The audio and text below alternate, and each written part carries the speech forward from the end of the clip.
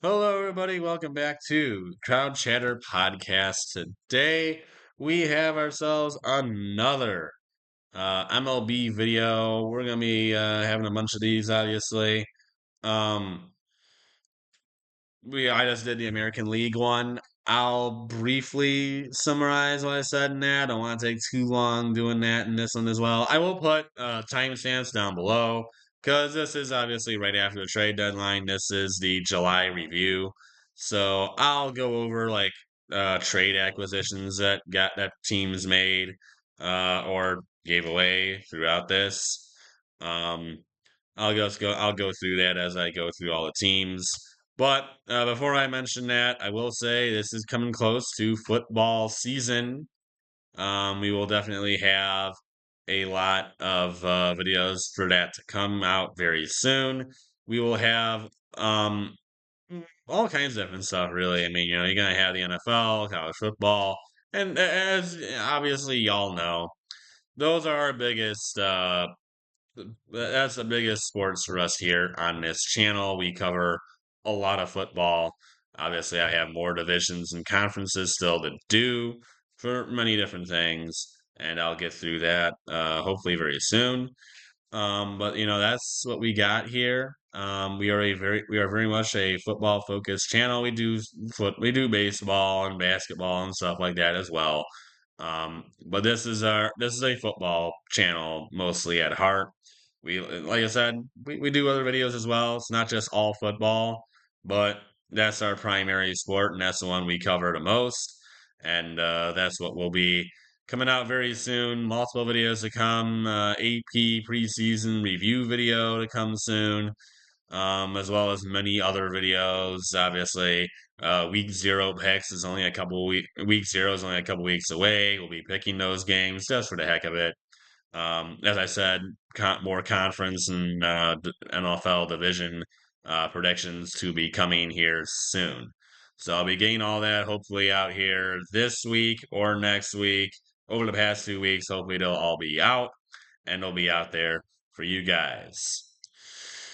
But this is an MLB video. This is baseball. We're not here for football. This is a baseball video. That's what you guys came here for. So let me get into it and not take too much of your time. Although you're taking time to watch this. So, anyways, um, Philadelphia Phillies will be first as we start the National League in the East, of course. 64 and 48, putting them at 14 and 13 since the latest month. Obviously, I'll be kind of going over how they did from the latest month to now. Um, Phillies made some acquisitions at the deadline. The only ones I really know of are both from the Twins, where they traded for Harrison Bader in one deal, and in another deal got the electric closer from the Twins, being Johan Duran, part of the massive fire sale made by the Minnesota Twins, of which a lot of people benefited from. Uh, so definitely, I'm sure the Phillies are extremely happy with that. The Phillies are extremely happy with that deal. Of course, he closed 2 games against the Tigers and did a pretty good job with that. Not sure. I mean, I'm sure we helped a little bit with that ourselves, but Yohan Duran's a really nasty closer, and being able to get him from the Twins, along with also getting Harrison Bader as well, in another deal with the similarly with the Twins, is really nice. So Phillies looking in a pretty good spot. I mean, the bullpen had been a little rough for Philadelphia, but now you put Yohan Duran in the back end of it, and that's kind of a cheat code. So I'm sure Philly fans are extremely happy to see that. And next we have the New York Mets, and boy, they just as busy as their their New York counterparts at the deadline as well. The Mets sit at 63 and 50. They were 48 and 37 in the latest video, putting them at 15 and 13 since then. So just above 500, not too bad. Um, the headline deals for the Mets, I'll go with the first one I see here, which is Ryan Helsley from the St. Louis Cardinals. the closer for St. Louis. There were a massive amount of closers dealt at this deadline to all kinds of different teams. Closers were being passed around literally everywhere. There was no shortage of that. Or just relief pitchers in general. It was pretty much constant. And speaking of relievers, they also traded for Tyler Rogers from the San Francisco Giants. One of the Roger twins, of which ironically the other one was also dealt on the same day. We'll get to him in a minute.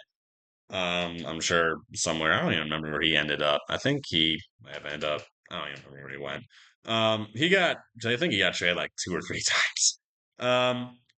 But Taylor Rogers going to the New York Mets to go with Ryan Helsley. And then the Mets, of course, also ended up getting from the Baltimore Orioles um, Cedric Mullins, which is another really nice pickup for New York. So, like I said, pretty much just as busy as their counterparts across town. Made a lot of moves. We'll see how it ends up, but you strengthen the bullpen immensely, and you add yourself a nice hitter as well. Not much to really hate there. That's pretty nice to be able to do. Next, we have the Miami Marlins, who now are just a game under 500. Um, Someone's playing their music pretty loud. So loud it actually shook my house. That's pretty impressive. Anyways, sorry about that. Miami Marlins sitting at 55 and 56. I can still hear from here. It's not in my garage. I don't know what that is. Anyway, 55 56. Get back focus here. Marlins were 37 and 45 in their latest video, putting them at 18 and 11 for the month here. They made a couple moves. They traded away Jesus Sanchez, as I mentioned in the AL video, to the Astros. Um, Other than that, I don't know if anything they really did. They probably made like smaller moves, I'm sure, but like I said, I just don't really know of you know many other deals that the Marlins made. I'm sure they made moves. I just don't. Again, I don't know of any that they did. Um, I'm sure I probably missed something, but I don't know of anything else. But the Marlins, pretty darn good month here, and I'm sure you gotta be pretty happy with what you saw. Obviously, Marlins fans might say, "Well, we're trying to tank. Why are we winning games?" Well, hey, at least you're looking like a good team. Maybe something gets going, you get hot, you get a good stretch, and you end up finding your way in the postseason somehow. You did a couple of years ago, so who says you can't do it again? Atlanta Braves, they sit at 47 and 64. Rough month for them. They went 9 and 19, 9 and 19. Since the latest video, since this past month. Um, this team is not really all that special, I don't think. They really has not been able to get wins together. They were a part of a really interesting Major League Baseball game that they just had recently. Every year, the MLB has done or not videos, has done games at like neutral sites where they have the teams playing at the Field of Dreams site, or they'll have them playing somewhere else or whatever. But this year they went really interesting and decided to have the Braves, and later who we'll go over being the Reds, um, at Bristol Motor Speedway. Now, I don't know how many of you guys know NASCAR, but that's a NASCAR track. And I'm sure most of you probably know Bristol. It's pretty famous. Um, but very strange scene. It was not something I was expecting. Of course, it ended up being a disaster on Saturday as rain came down the entire time. They tried to still play through it, which was really bad. I mean, it looked like a backyard, and it looked like you're playing backyard baseball practically with the amount of puddles that were out there. I mean, it was pretty brutal. Um, I also heard stuff I read online that they ran out of concessions before the game even started, or technically was supposed to start. So that wasn't good either. There was a lot of stuff that seemingly went wrong for that game, but it did finally really. I mean, technically it finished on Sunday, but it pretty much played on Sunday. I mean, they only got like an inning and a half. They only got like a half an inning in before they had to suspend it because the rain was that bad. Um, but they ended up playing it on Sunday, and it did look like it was a really neat scene. Definitely different when you're talking about baseball at a NASCAR track. Obviously, we have seen football there. Tennessee and Virginia Tech met there about 9 years, met there 9 years ago, almost a decade ago now. Back in 2016 for what was a pretty epic scene. In front of a sellout crowd, mind you, Bristol Speedway can hold 150 plus thousand, and that Tennessee Virginia Tech game sold out that stadium, which is wild to think about. I don't know how much baseball got for that Reds Braves game, but it was definitely a unique experience for anyone that was there. Hopefully, people were still able to go. If they obviously didn't see anything Saturday, hopefully they still could go on Sunday. Um, because that would really suck if you paid for the game and then you couldn't get to watch it at all anyway. But for the Braves, the deadline I think they kind of did a Raves move, no, not Braves, Rays move. They acquired some guy they traded for some guys and they traded away some guys. I don't know of any big moves they really made. I don't think they did really much of anything that was particularly like whoa, you know what I mean. So I don't really think they did much of that. Um, so not really sure of what they necessarily did. Then last in this division is the Washington Nationals, who sit at 44 and 67. They were 35 and 49 in their latest video, putting them at 9 and 18 since the for this month. The biggest move that they really made that I know of is they traded away their closer and Kyle Finnegan to the Tigers. Other than that, I don't really know of too many other moves they really made. They're not a contending team really anyway. This is a team that is rebuilding. They have some really good young pieces that have certainly looked really stinking good. But again, they're rebuilding right now. They're not necessarily looking to uh contend at the moment. They're trying to get their team to a standard that they want to be into a contending standard, and then they'll make their push for possible postseason and beyond. And then we gotta talk about this team because holy moly, I don't know what their record was in this last video, but oh my gosh, have the Brewers been good. The Brewers have been outstanding. They were actually pretty good last month as well, but they have continued to be extremely hot. Sitting at 68 and 44 now, which is actually going to put them at 21 and 7 since the latest month. It's been a great stretch for the Brewers. They have looked outstanding. The Brewers didn't do a crazy amount at the deadline. I do know they got Danny Jansen from the Rays, who is a catcher. But other than really that, I don't know of any like big moves they did. Maybe they, made some small deals for some different guys. Oh yeah, there it is. They got two catchers or not catchers, two pitchers from the Diamondbacks, meaning Shelby Miller and Jordan Montgomery. But other than really that, didn't really do too much.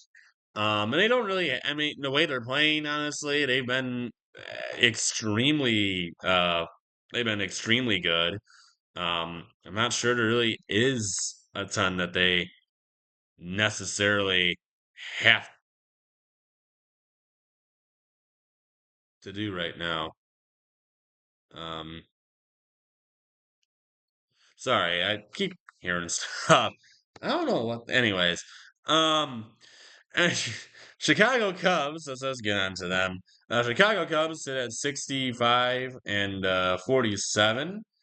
The Cubs, they were 49 and 35 in their latest in the last video.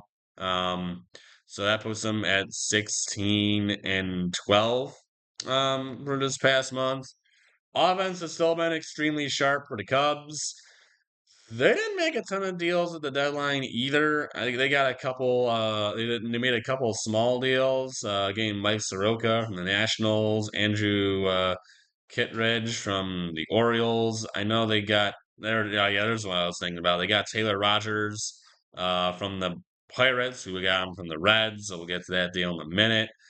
They also got, well, that's one I remember. They got Willie Castro from the Twins as well. So a couple smaller deals, nothing overly crazy. Solid trades that will, plausibly you would think would make them better. This is certainly a team that has contending aspirations.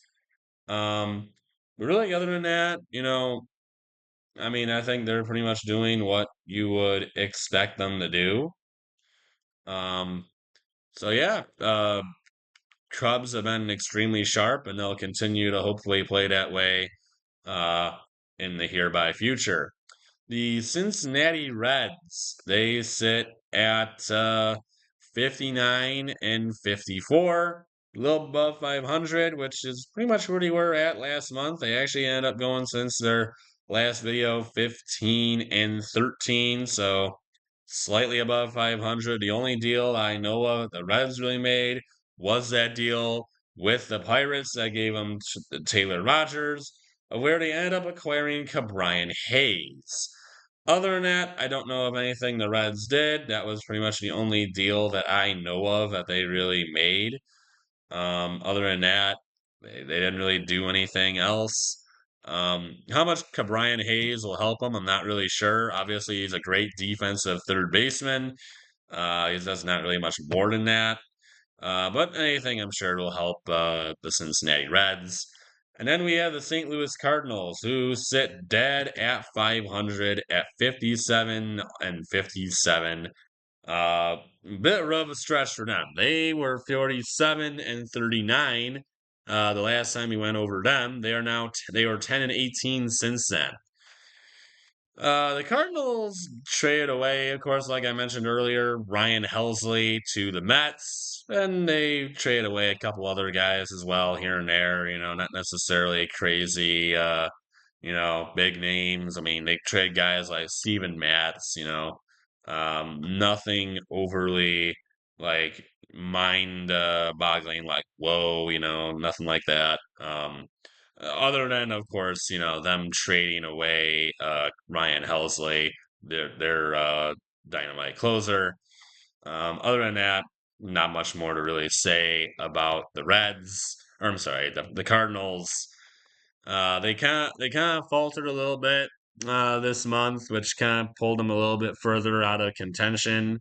So I think the Cardinals are kind of just you know you're kind of in the middle of nowhere or in no man's land. They're not really going up or down. They're just kind of there.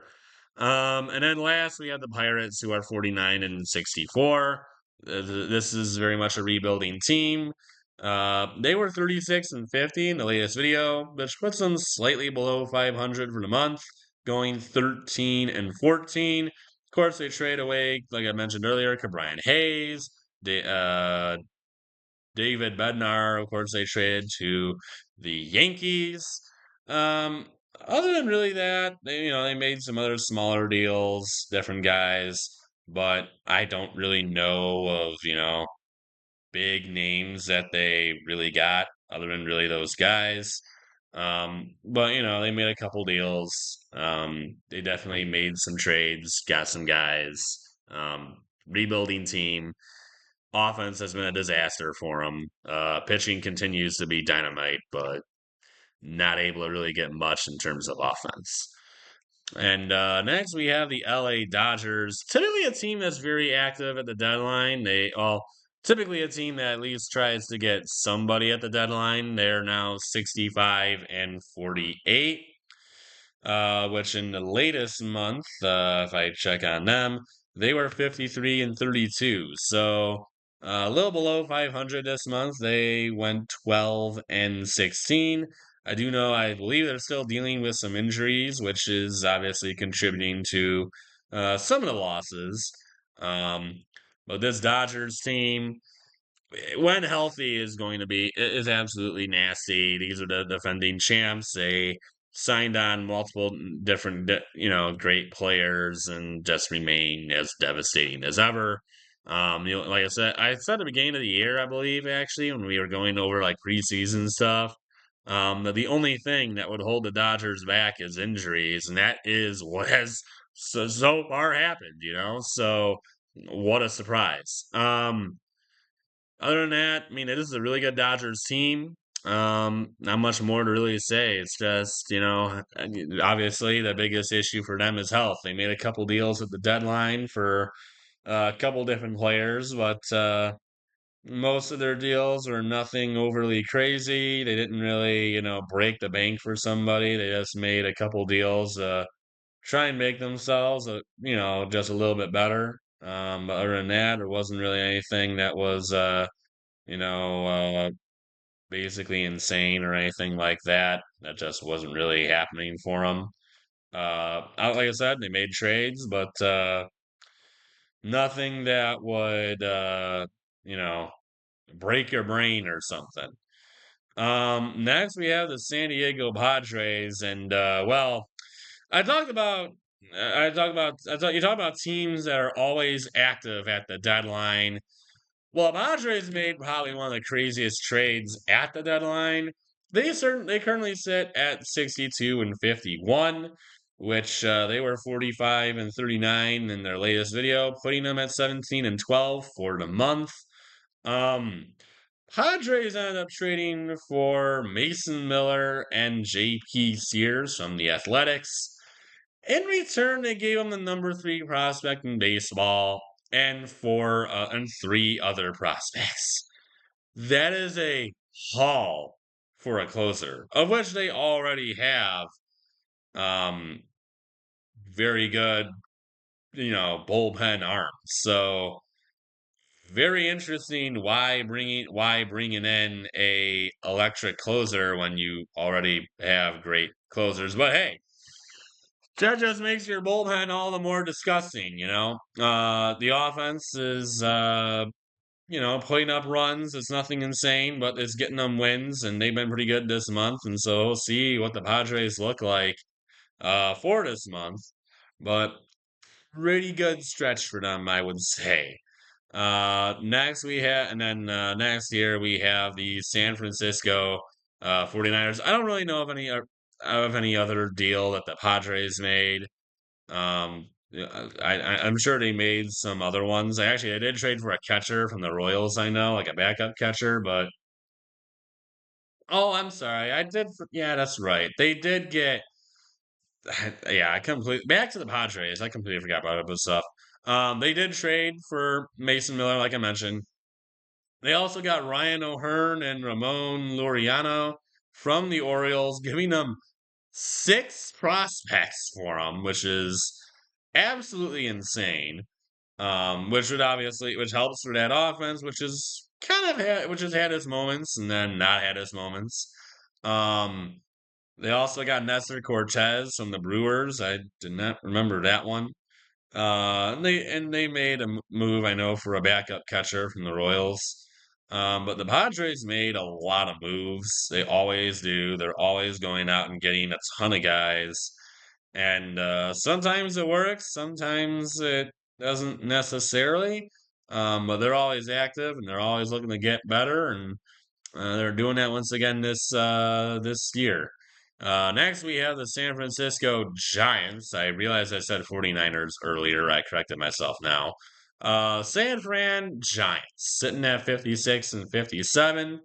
They were 45 and 40 in their latest video, so that puts them at 11 and 17 for the latest month. Uh, they kind of just gave up on the year. They trade away several players. They trade away some guys, including Tyler Rogers, who they got a pretty good amount of guys on the Mets for. Um, but it's been rough for them as of late. They have not really played particularly well. Of course, trading Mike Yastrzemski as well to the Royals. Um, they trade away some guys for sure. They made some moves that kind of does offload some players. We'll see what's next for the Giants here, but it kind of looks like they decided to pull the plug on the postseason. And then next we have the Arizona Diamondbacks, who did a similar thing with the extreme lack of pitching they had. They had a miniature fire sale as well, similar to the Baltimore Orioles, who I mentioned earlier. Most of the guys that they traded were all in their last year of their contracts, so they're pretty much half-year rentals for everybody who got them. They're at 54 and 59, which they were sitting at 500 in the latest video at 42 and 42. So that puts them at 12 and 17 since the last month. Josh Naylor is gone. Eugenio Suarez is gone. No Jordan Montgomery. No Shelby Miller. And no Merrill Kelly, who they trade away to the Rangers. So, a lot of moves made by the Diamondbacks. A lot of prospects, though, in return. So, like I said, miniature fire sale. All those guys, pretty much all of them, I'm pretty sure, were all going to be we're all going to be going into free agency the next year. And so, the chances that any of them will return were not very high anyway. So, we just trade them all away, get something in return, and call it a day. And then next is the Colorado Rockies, and you can obviously know they did not acquire anyone; they only sent guys out. Um, the Sorry about that, guys. I'm not sure you heard the car. I don't have like a headset. I really need one. I have just never bothered to buy one. I really do need it because my PS4 earbuds sucks. I've tried using that thing. The sound doesn't come through. My Apple earbuds don't really work either. And there's really just nothing else I have that plugs into here. Like I have like an Xbox 360 headset, but the jack doesn't work with this, which is really stupid and kind of annoying. So I do need a headset. I've just never bought one. But anyways, the Rockies, 30 and 82, which is a grossly bad number. They were 19 and 65 in the latest video, which is an even more gross number. But that puts them at 11 and 17 for this last month, which is at least better. They didn't acquire anyone. Like I said, they trade guys away. Namely Ryan McMahon to the Yankees, and then also Jake Bird, their closer, to the Yankees. Other than that, I'm sure they'd probably trade away some other guys, but nothing that I really know of that was, all that necessarily important. But that's all I got for this video. I hope you guys enjoyed it. We will have more videos coming for you soon. Hopefully within the next few days, I can get some NFL stuff out, some college stuff out, get all that stuff out there for y'all so you can see it and you can watch it for yourself. But that's it for our MLB reviews for the month of July. I hope you guys enjoyed it. And well, we got 2 more months, 2 more months baseball left before it's postseason time, which is the best time for baseball. Trust me, it always great. But we still got a few months left here. Can't believe it's already been this long. I'm honestly really surprised by that. It kind of feels like this year has really flown by. But football videos to come soon. A lot of them, of course, and baseball will be back. for another video come next month. I'll see. I might do it on Labor Day. Don't really know as of yet. We'll see if I have time to do them. But that's all I got for this video. I hope you guys enjoyed it. Until next time, adios, everyone.